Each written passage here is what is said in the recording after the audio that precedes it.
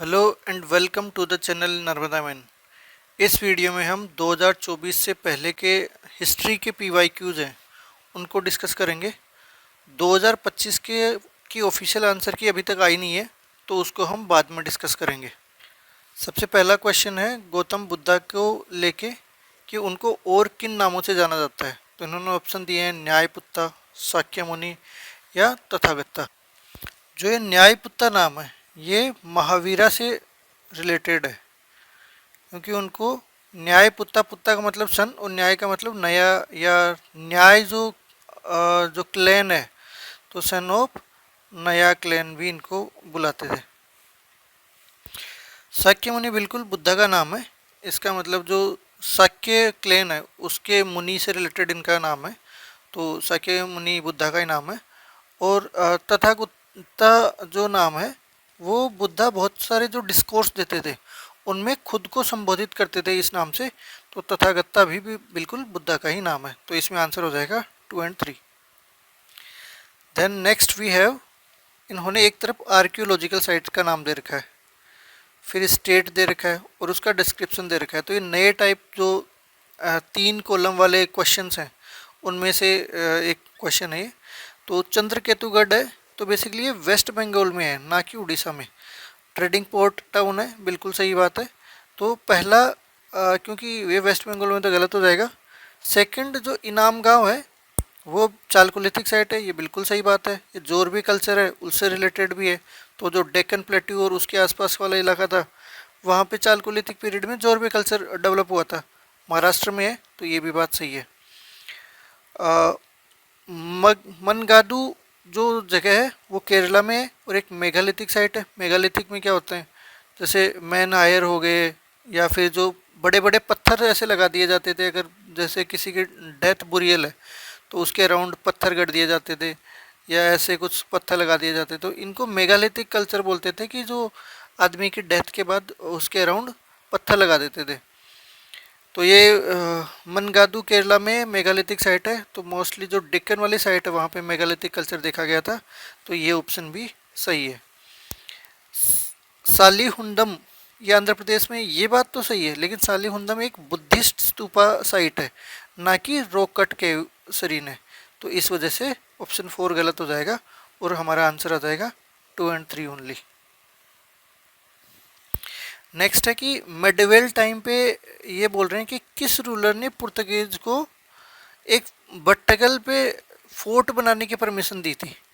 तो इसमें देखिए पुर्तगीज कब आए थे इंडिया में, 1498 में वास्को डी गामा इंडिया आया था। उसके बाद जो पुर्तगीज है वो आए थे। तो इसी के टाइम हम कृष्ण देव राय का अगर टाइम पीरियड देखें तो 1509 से लेके 1529 तक है। इसके बाद अगर मोहम्मद शाह को देखें तो वो तो बहमानी किंगडम का था। यूसुफ आदिल शाह ये विजयनगर किंगडम से। नरसिम्हा सलुआ ये सलुआ डायनेस्टी से रिलेटेड है। तो इसमें जब हम देखते हैं तो SST है, तो उसमें जो सलुआ डायनेस्टी है वो इस जो 1498 वाला टाइम है उससे पहले का है, तो ये भी नहीं होना चाहिए। तो यहाँ से अपने पास एक तरीके से देखा जाए तो डिफ़ॉल्ट चॉइस कृष्ण देव राय बनते हैं। ऐसे जो क्वेश्चंस होते हैं उनमें एक और कई बार हम इसको ट्रिक बोल सकते हैं कि अगर कोई, क्योंकि बट्टगल ये इतना ज़्यादा पढ़ते नहीं है हम मॉडर्न हिस्ट्री में, तो ऐसा कोई अननोन साइट की बात करेगा तो उसका, और ऑप्शन में कोई एक नॉन राजा है, तो बहुत हाई चांस होते हैं कि जो नॉन राजा है सबसे ज़्यादा वो उसका आंसर होता है। क्योंकि UPSC एग्जामिनर ये एक्सपेक्ट कर रहा है कि आपको जो नॉन राजा है उसके बारे में मोटी मोटी इन्फॉर्मेशन पता होनी चाहिए। अब next question, revenue collection of Cornwallis, इसके बारे में। अब इसका फाइनल जो UPSC के आंसर की आई उसमें इस क्वेश्चन को उन्होंने क्रॉस मार्क कर रखा है, इसका मतलब इसको हटा दिया गया था। लेकिन फिर भी हम एक बार क्वेश्चन देख लेते हैं। तो क्वेश्चन है कि रायतवाड़ी सेटलमेंट में रेवेन्यू कलेक्शन के टाइम पीजेंट्स को अगर बैड हार्वेस्ट होता है या नेचुरल क्लाइमेट की वजह से कुछ हो रहा है तो उस केस में क्या एग्जम्प्ट कर दिया जाता था कि उनसे रेवेन्यू नहीं लेते थे। दूसरा जो ऑप्शन है वो बोल रहा है परमानेंट सेटलमेंट, जो बंगाल में था वहाँ पे अगर जमींदार पे नहीं कर पाते थे उस केस में उनका जमींदारी को रिमूव कर दिया जाता था। अब ये वाला स्टेटमेंट तो बिल्कुल सही है, इसमें कोई दिक्कत नहीं है, क्योंकि हमने सनसेट क्लोज के बारे में पढ़ा हुआ है कि अगर सनसेट एकदम एक फिक्स डेट दे दी जाती थी, उस डेट से पहले अगर आप जमींदार पेमेंट नहीं कर पाता था तो उसकी जमींदारी छीन ली जाती थी और किसी और को ट्रांसफ़र कर दी जाती थी। तो ये तो सही है, लेकिन जो पहला स्टेटमेंट है उसमें रैयतवारी सिस्टम में बोल रहे हैं कि उनको बिल्कुल एग्जम्प्ट कर दिया जाता था, तो शायद इसके बारे में बिल्कुल एग्जम्प्ट कर दिया जाता था इसके ऊपर क्लैरिटी नहीं है। मे बी हो सकता है कि उनको कुछ कंपनसेशन दिए जाते थे या कुछ उनको रिलैक्सेशन दिए जाते थे, लेकिन प्रॉपरली एग्जम्प्ट है कि नहीं, मे बी हो सकता है इसके ऊपर यूपीएससी भी कंफर्म ना हो। नेक्स्ट क्वेश्चन है कि उपनिषद में दो स्टेटमेंट दे रखे हैं, उनमें से पूछ रखा है कौन सा सही है नहीं। तो उपनिषद के अंदर कोई पैराबल नहीं थे, तो बहुत एक्सट्रीम स्टेटमेंट है। उपनिषद इतने डाइवर्सिफाइड तरीके से लिखे गए थे, तो उनमें स्टोरीज भी होती थी, एनालॉजीज भी होती थी, पैराबल्स भी थे, तो ये स्टेटमेंट तो बिल्कुल गलत है। उपनिषद वर कंपोज्ड अर्लियर देन पुराणाज, तो ये वाली बात सही है, क्योंकि उपनिषद लगभग 800 से 300 बीसी के अराउंड लिखे गए थे, और जो पुराणाज है वो बाद में लेटर टाइम में लगभग फर्स्ट सेंचुरी के आसपास लिखे गए थे, तो ये वाला स्टेटमेंट बिल्कुल सही है। तो इसमें ओनली टू सही आंसर। नेक्स्ट क्वेश्चन है, वो जो भाषा है उनके उनके वर्क से रिलेटेड है कि उन्होंने कौन कौन से वर्क लिखे। तो जो भाषा है वो बेसिकली रामायण और महाभारत के रिगार्डिंग जो प्लेज हैं उनके लिए जाने जाते हैं। तो अब एक बार इनके ऑप्शन देख लेते हैं। तो काव्य अलंकारा, तो ये जो काव्य अलंकारा है वो भामाह से रिलेटेड है, ना कि भाषा से रिलेटेड है।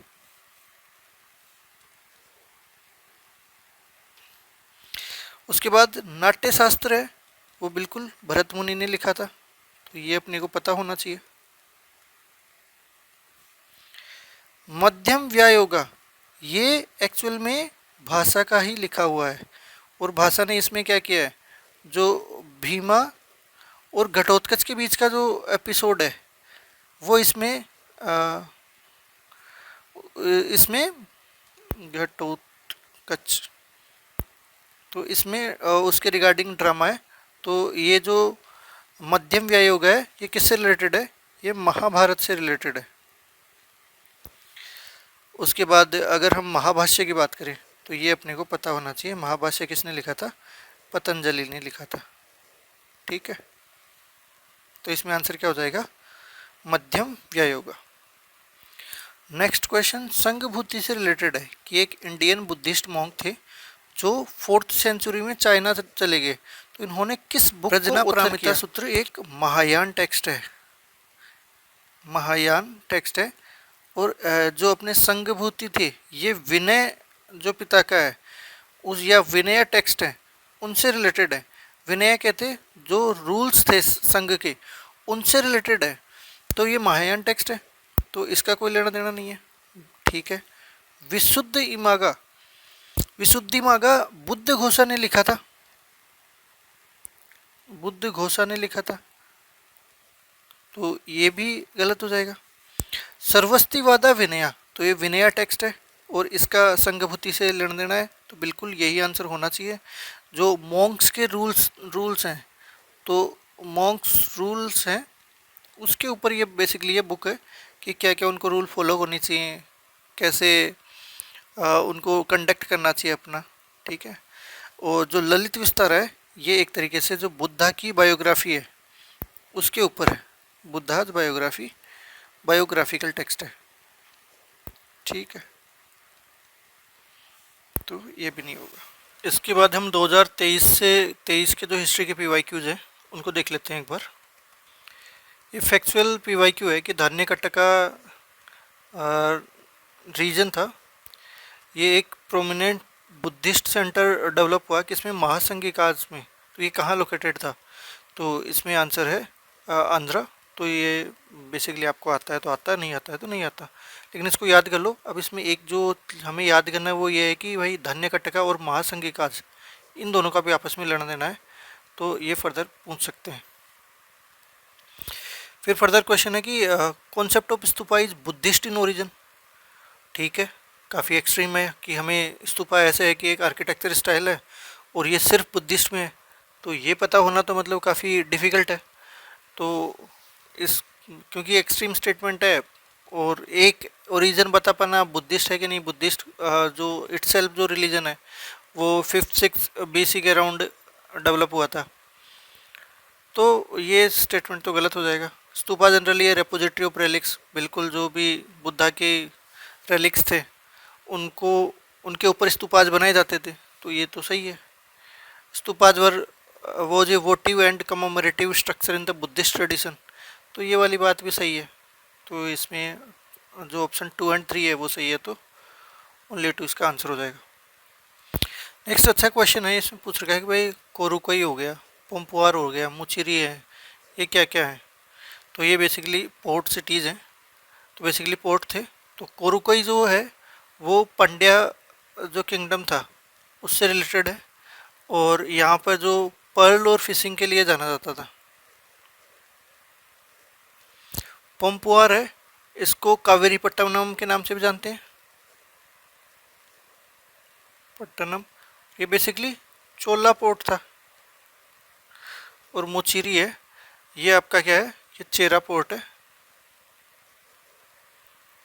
और ये यहाँ से मेजर जो रोमन्स के साथ ट्रेड था, तो रोमन ट्रेड पोर्ट के लिए भी ये जाना जाता है, तो इसमें पोर्ट आंसर। नेक्स्ट है कि वत्ता की रुतल, ये संगम पोइम्स में इसका मेंशन था। तो ये क्या होता है, तो जब एक राजा की डिफीट हो जाती थी बैटल में, तो वो एक रिचुअल सुसाइड मान लेता था कि वो स्टार्व टू डेथ करता था और उसकी वजह से उसकी मृत्यु हो जाती थी। तो क्योंकि डिफीट को एक तरीके से ये क्या कर रहा है, डिफीट को मान रहे हैं कि राजा की मौत होने के बराबर ही है, तो ये प्रैक्टिस थी वत्ता की रुतल। फैक्चुअल क्वेश्चन है, तो इसको हमें याद कर लेना है। ठीक है, नेक्स्ट हमें पूछ रखा है कि डायनेस्टीज दे रखी हैं और पूछ रखा है 8th सेंचुरी में इनमें से कौन सी वाली जो डायनेस्टी उसको एस्टेब्लिश की गई थी, मतलब ओरिजिन की बात करिए। 8th सेंचुरी का मतलब क्या हो गया, 700 से 800 CE की बात कर रही है। ठीक है, तो सबसे पहले देखते हैं होयसाला। तो होयसाला 10th सेंचुरी में डेवलप हुई थी या एस्टेब्लिश हुई थी, इसका ओरिजिन मानते हैं। और विष्णुवर्धन इसका जो राजा थे, विष्णुवर्धन इनके एक इम्पोर्टेंट राजा थे जो 12th सेंचुरी के आसपास फेमस हुए थे।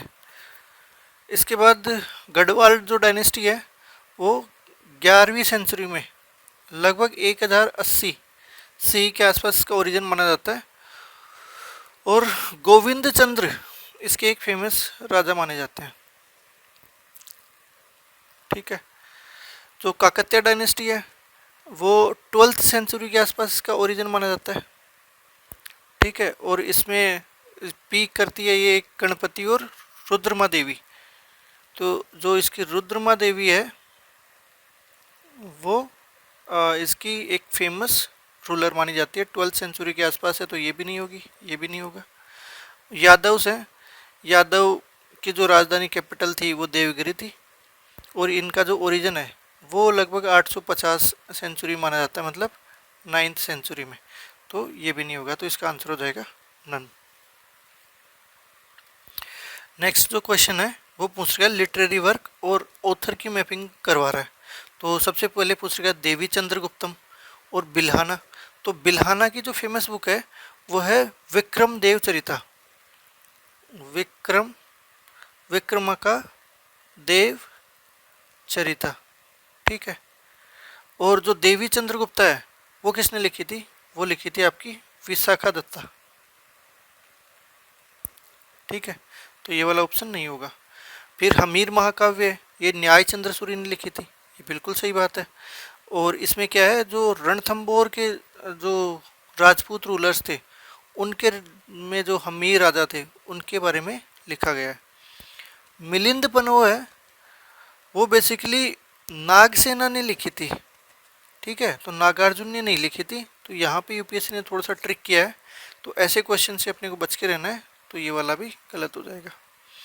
और जो नीति वाक्य अमृता ये सोमदेव सूर्य ने लिखी थी, तो ये बिल्कुल लिखी थी इन्होंने, तो इसको याद कर लेंगे, और इसमें ओनली 2 सही हो जाएगा, फर्स्ट एंड थर्ड गलत है। ठीक। सोल केवल जानवरों और पौधों में ही नहीं होता, बल्कि जो रॉक्स हैं, रनिंग वाटर, उन सब में भी होती है। तो ऐसा कौन सा रिलीजियस सेक्ट मानता है? तो इसका आंसर जैनिज्म है। जैनिज्म में माना जाता है कि हर जो जीवित और अजीवित चीज़ें, सब में क्या होती है? आत्मा होती है। तो देखो, नेक्स्ट क्वेश्चन है कि विजयनगर एम्पायर में से ऐसा कौन सा राजा था जिसने तुंगभद्रा रिवर के अक्रॉस डैम बनाया और एक कैनल बनाई जो उसकी कैपिटल सिटी है वहाँ तक पानी की सप्लाई करता था? तो विजयनगरा की कैपिटल क्या थी? हम्पी। तो अब देखिए, जो बाकी इसमें ऑप्शन दे रखे हैं ना, मल्लिकार्जुन, वीर विजय, वीरूपक्षा, इनके बारे में हम बहुत कम पढ़ते हैं और ये क्या है, एक तरीके से वीक रूलर है। तो यहाँ जो एक ट्रिक हम पहले भी बात करिए कि अगर कोई एक बड़ा राजा है और बाकी छोटे छोटे राजा हैं, तो बहुत हाई लाइकली होगा कि जो बड़ा राजा है वो उसका आंसर होगा। देवराय वन के बारे में पढ़ते हैं, स्ट्रॉन्ग रूलर थे, जो 15th सेंचुरी थी उसमें इनका अच्छा दबदबा था। तो यही इसका आंसर होगा। और बेसिकली ये जो इरिगेशन और जो अर्बन वाटर सप्लाई है उसके लिए भी इनको जाना जाता है। ठीक है। नेक्स्ट है कि कौन से गुजरात के रूलर ने दीव को पुर्तगीज को सरेंडर कर दिया था? तो इसमें क्या था कि जो मोहम्मद शाह थे उनको हुमायूं से थ्रेट फील हो रहा था, तो मुगल किंगडम से उनको थ्रेट फील हो रहा था। तो ऐसे में उन्होंने क्या करा, पुर्तगीज को उन्होंने इनवाइट किया और बोला कि तुम यहाँ पे फोर्ट बना सकते हो। तो ये पुर्तगीज के साथ एक ट्रीटी में गए थे और 1535 में इन्होंने दीव में फोर्ट बनाने की परमिशन दे दी थी। नेक्स्ट है कि कौन से एक्ट में बंगाल के जो गवर्नर जनरल ऑफ बंगाल है उसको गवर्नर जनरल ऑफ इंडिया बोला गया था? तो ये जो चार्टर एक्ट ऑफ 1833 था इसमें बोला गया था। और यहाँ पे क्या पूरा जो सेंट्रलाइजेशन ऑफ पावर है उसका हम क्या मानते हैं, क्लाइमेक्स भी मानते हैं कि जो बंगाल का गवर्नर था उसको गवर्नर जनरल ऑफ इंडिया बोल दिया गया और पूरी पावर उसके हाथ में दे दी गई थी।